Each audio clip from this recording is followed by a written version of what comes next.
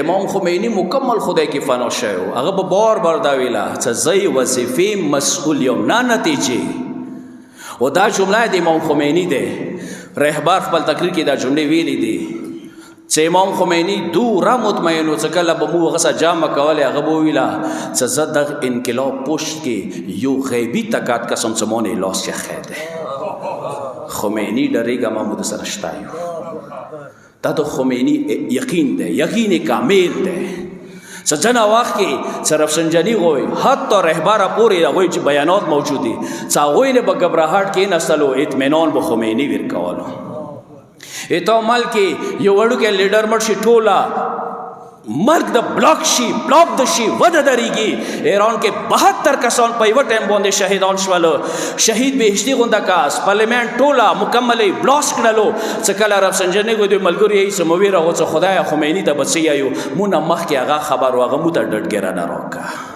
و د امام خمینی ایمان چی باندې و چې که رئیسی شهید شي، که زه شهید شم، که نور ایمو شهدا دي، که شمران شهید شي، که مطهری شهید شي، هیڅ پروا نه کوي. اسلام نه دی شهید، خبر اسلام ده، خبر دین ده. و دورا قطع و دورا مصمم و سکل سلمان رشدی علیه اللعنه والعذاب در رسول الله توهین وکړلو. سکل دی واجب القتل فتوا ورکړله. نیم په نیمه درې حصې ملکونو بیکاټ وکړله. سفارت خانه بانش والی ووتله.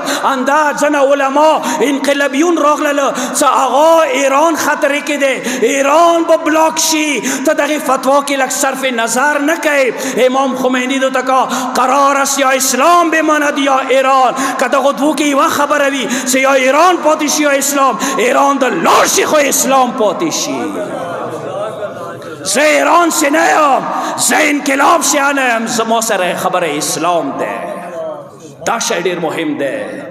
نن داسې وخت شوی ماغ امریکا تکبر نه ډاکه په افغانستان حمله وکړله، طالبی وبسلو، په عراق حمله وکړله، صدام د شکست ورکو. نورو ملکونو ته ویل ایران حمله نشي کوای. پوهیږي چې د علي اولاد ده، پوهیږي چې د حسین فرزندان دي، پوهیږي چې د اشراف فرزندان دي. ځکه ډاکټر اسرار احمد د پاکستان مشهور د اهل سنت عالم یایي ځکه 250 ساله شهنشاهیت ده. دا کریډټ شیعو ته سي، دا کریډټ خمیني ته سي. مو اهل سنت ودرېدلو، بلاک شولو. که نن شیعو کې دا جذبه موجوده ده، دا اثار موجود ده، که دوی کې خمیني موجوده ده، کربلا نتیجه ده. و اندغه زینه به زه یوه جمله د قوم ته امید دپاره وایم چې کوم دغه حرکات د ټي ټي پي والا، د دهشتګرد تنظیمونو والا، د داعش والا اطرافو سرحدات باندې دي، هغوی ته به یوه جمله وکړم. الحمدلله یو قوم، متحد قوم، مرکز منظم قوم یو. خمینی فرزندان کربلا و د اشراف فرزندان یو. وینه متلیدای شي خو میدان پرېښللی کې مو نه یو.